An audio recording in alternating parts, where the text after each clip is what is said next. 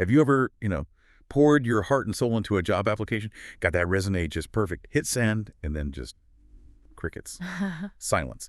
You're left wondering, right, what unseen forces could possibly be at play in that whole hiring process? Well, today on The Deep Dive, we're doing exactly that. We're taking a really close look at those unseen forces. We're going to try and unpack the subtle and sometimes maybe not so subtle biases that exist in the job market. Everything from the actual names on resumes to, the whole idea of merit. Yeah, and our mission today is really to dig into these different layers of discrimination. Could be racial, economic, even linguistic. We'll be looking at some pretty rigorous academic research, some critical legal analysis, and also just some real-world observations from the sources we've gathered. We really want you to walk away with a hopefully clearer understanding of this complex landscape. Absolutely. And for this deep dive, we've pulled from some really fascinating stuff. We've got a big one, a landmark study on resume discrimination from the Abdul Latif Jameel Poverty Action Lab, JPAL. Heard of them? Yeah, they do great work. Definitely. Then there's an insightful article on something called racial capitalism and the assault on federal workers from the LPE project. We'll also touch on excerpts from another piece about bias in hiring, the silent race war, something on the career benefits of being bilingual from St. Augustine College, and even an illuminating discussion we found on a city data forum about hiring practices. So a real mix. Quite a stack. Yeah. So the big question we're trying to tackle is, what really shapes hiring decisions? And, maybe more importantly, what does all this mean for economic opportunity in our society? Okay, let's unpack this. Maybe we should start with hard data. That JPAL study feels like a good place to kick things off. It brings real scientific rigor, right? Totally. JPAL is it's a global research center, loads of researchers, like over 1,000, all focused on making sure policy's actually informed by evidence. So yeah, this isn't just someone's opinion, it's proper empirical research. Okay, so how do they actually do it? What was the setup? Right, so the method was pretty clever, actually. Simple, but effective. Researchers sent out nearly 5,000 resumes, basically identical resumes. They were applying to over 1,300 real job ads, sales, admin, clerical stuff in Boston and Chicago. Identical except for one thing, I gather. Exactly. The only crucial detail they changed was the name at the top, randomly assigned. They used names perceived as black-sounding, like Lakeisha Washington or Jamal Jones, versus names perceived as white-sounding, like Emily Walsh or Brendan Baker. And importantly, these weren't just names plucked out of thin air. They were based on frequency data from birth certificates and then checked with surveys to make sure people generally associated them with those racial groups. Okay, so thousands of identical resumes, just different names. After all that meticulous work, what did they find? What were the results? Well, the core finding was pretty striking. Resumes with the white-sounding names got 50% more callbacks for interviews. 50%, just based on the name. And if you want to translate that into something more tangible, the researchers estimated that having a white-sounding name gave the same callback boost as having an extra 8 years of work experience if you had a black-sounding name. Wow. 8 years. Yeah, it's a huge aha moment, isn't it? Yeah. Really shows the unexpected weight a name can carry right at that first hurdle. That's, astonishing. 8 years of experience wiped out by a name. But didn't the study also look at resume quality? Like, what happened if the resume itself was stronger? Right, and this is where it gets even more interesting, maybe a bit depressing. For the resumes with black-sounding names, making the resume higher quality didn't really move the needle much, didn't significantly increase callbacks. It's almost like the name itself created a sort of ceiling, But for the white-sounding names, a higher quality resume got a full 30% more callbacks. So merit pays off more, or maybe only pays off, depending on the name. That's what it suggests, yeah. That merit itself is weighed differently. Or maybe it's only really seen depending on the perceived race of the applicant. And this wasn't just in one type of job or one city. They found this discrimination was statistically similar across all the occupations, industries, and employers they tested, both in Boston and Chicago. So it's widespread. Very. And get this, even federal contractors and companies that put equal opportunity employer right there in the ad, they discriminated just as much. Seriously, so the statement didn't make a difference? Apparently not, according to this data, which suggests it's really deeply ingrained, operating kind of below the surface of what companies say they're doing. And you can see how this connects to the bigger picture, right? We know Black individuals are twice as likely to be unemployed, earn almost 25% less when they are employed. This study strongly suggests that this kind of resume discrimination is a significant piece of that puzzle. Okay, so the JPEL study gives us really concrete data on that individual level bias, how just a name can, shape opportunity right from the start. But what if these biases are bigger, like actually built into the structure of the economy itself? Let's maybe shift gears a bit to that LPE project article. It brings in a different lens, this idea of racial capitalism. What's that about?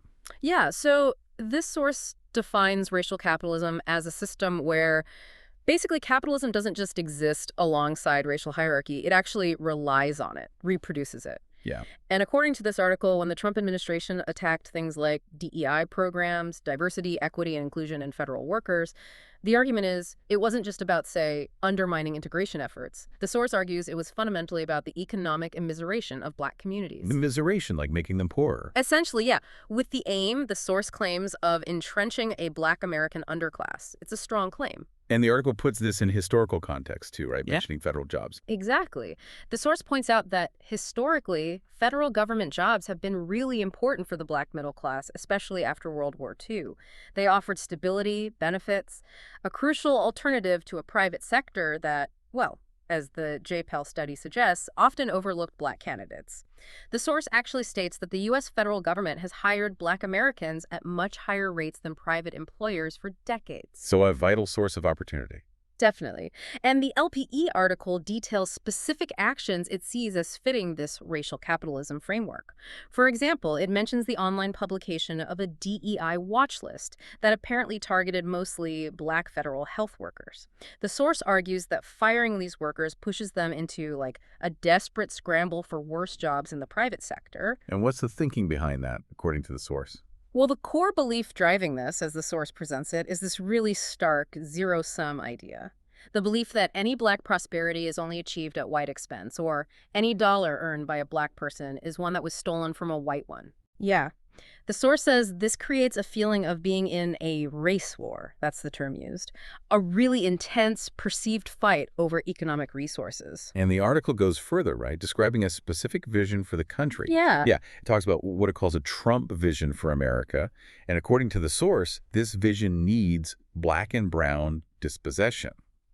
It argues this vision sees whiteness not just as an identity, but as property. Yeah. And even the right to property, including Black and brown labor. Heavy stuff. It is. And the source suggests that in this view, Black jobs aren't seen as including roles that need expertise or provide a stable quality of life or hold authority, effectively pushing certain groups towards lower wage, less stable work. That's the argument being made. And the source gives some really specific examples to back this up, or what it sees as backing this up. It points to the practice of Black and brown prisoners working for little or no pay for private companies, apparently generating billions in value. It also discusses promises of mass deportations of immigrants and moves in places like Florida to weaken child labor laws. The implication made by the source is that Black and brown children would be pushed into labor, partly by defunding public schools and getting rid of educational programs framed as anti-white diversity initiatives. So the end game, according to this LPE piece. The source concludes the ultimate goal is white economic domination of Black human capital. It's a really critical structural view of how economic forces and racial politics intertwine to shape labor markets. We're just reporting what the source claims here, of course. Right, just laying out the argument from that source. Yeah. It definitely spans the scope beyond just individual bias. Yeah. It makes you think, though, if the system can be viewed this way, what happens with something that seems like a clear positive, like being bilingual? Let's shift gears again. We looked at an article from St. Augustine College that talks about bilingualism being a big career advantage, especially now, right? Globalized world and all that. Yeah, that source definitely highlights the positives. It says bilingual people can have up to 35% better job prospects, and they often get what's called a bilingual salary differential, basically, earning 5% to 20% more than colleagues who only speak one language. Okay, so clear benefits there. Definitely. And the U.S. Committee on Economic Development, the CED, they estimate businesses lose over $2 billion a year just because of language and cultural misunderstandings. Plus, a 2019 survey from ACTFL, that's the American Council on the Teaching of Foreign Languages, found 9 out of 10 employers rely on bilingual staff, and over half, 56%, said they expect their need for bilingual employees to increase. So demand is high and growing. Seems like it. The source also mentions that bilingual folks often tend to be better at problem solving, multitasking, decision-making, skills employers love, right? Absolutely. Sounds like a slam dunk, being bilingual. Yeah. But then we saw something kind of contradictory in that other article, the bias in hiring, the silent race war one. It mentioned that using bilingual only as a job requirement can actually be used as a way to discriminate legally. How does that work? How do those two things square?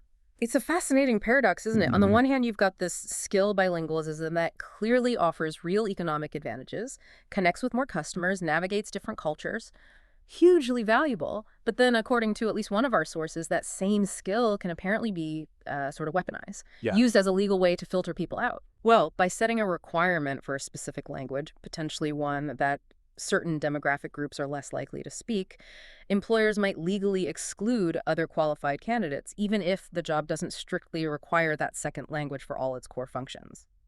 So it shows how even something objectively valuable isn't just about pure merit in the hiring process. It can become a tool for exclusion, maybe unintentionally, maybe not, that reinforces existing patterns. Yeah. An asset becomes a gatekeeper. Right, turning a skill into a barrier. That's No, subtle. it can be, yeah. Okay, so we've looked at the academic studies, these systemic theories. Let's touch on those real-world observations now. They offer a different angle, maybe more grounded in just what people see happening.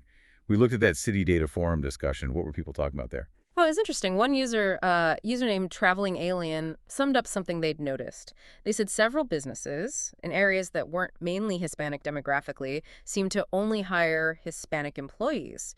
And this user asked, basically, why isn't that called discrimination when people would definitely call it discrimination if a business only hired white people? It highlights that perception of a double standard, or at least confusion about it. Yeah, I can see that raising questions. And did other people on the forum have theories about why that might happen? They did. Some were pretty blunt. Like what? Well, one user, Mike121, just suggested it's often friends hiring friends, which naturally leads to workplaces looking pretty similar over time. Nepotism, basically. Makes sense. Anything else? Yeah, another user put forward a more pointed theory. They claim that once a Mexican becomes manager, he will then begin to weed out all non-Mexicans in the workplace till he is left with close to 100% Mexican employees. Okay, that's a pretty strong accusation. It is. And look, obviously this is purely anecdotal, right? It's just people sharing personal observations and theories online, not rigorous research like the JPAL study. Sure.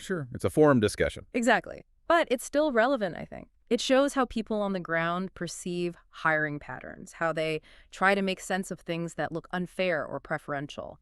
These kinds of conversations, even if they're based on perception and not data, reflect real concerns people have about fairness in getting a job.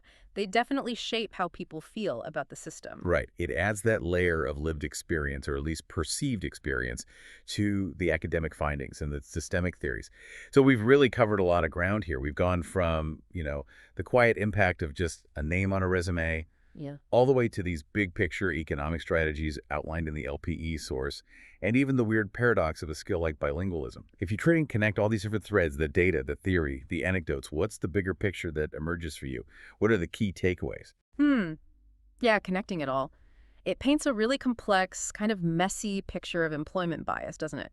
On one side, you have studies like JPAL showing these really deep, almost subconscious racial preferences right at the starting gate, the resume screening, discrimination happening even when you can't see the person. Right, the invisible barrier. Exactly. But then on the other side, you have sources like the LPE project framing it not just as bias, but as part of a larger economic and political struggle, a deliberate, systemic effort, according to them, to limit economic power for whole communities. And then woven into all that, you have these nuances like bilingualism, clearly an asset, good for business, good for the individual. Yet it can also be used, or at least perceived as being used, as a tool for exclusion. Or, as the forum shows, hiring patterns related to language can feel like discrimination to observers. So it's not just one thing. Not at all. What this deep dive really shows, I think, is that these unseen forces aren't just subtle individual prejudices. They're these complex, tangled systems where, economic policy, ideas about merit, specific skills, history, individual biases, they all interact. And often, unfortunately, they interact in ways that perpetuate inequality. Yeah. It's definitely clear the job market isn't some pure level playing field where only merit wins out. That seems obvious, actually, looking at all this. Understanding these different sides of bias from what one source called a silent race war in hiring to the very explicit political strategies another source described, and just how people perceive things day to day. It feels pretty crucial, doesn't it? Whether you're out there looking for a job yourself or maybe if you're involved in making hiring decisions, there's a lot to think about. So we've taken quite a deep dive today into some uncomfortable truth maybe about bias in the job market, from the hard numbers on resume callbacks to theories of racial capitalism and that really intriguing paradox of bilingualism. And it leaves us with a pretty big question, I think. If we accept this evidence that race, economic policy, even skills can be used as barriers or tools of control, how do we actually move towards truly equitable opportunities as individuals, as a society? What does that even look like in practice? That is the big question. We hope this deep dive has given you some new insights, maybe a more informed perspective on this really critical issue. What might you consider differently next time you see a job posting, or maybe when you sit down to prepare your own resume, something to think about. Thank you for joining us on the Deep Dives.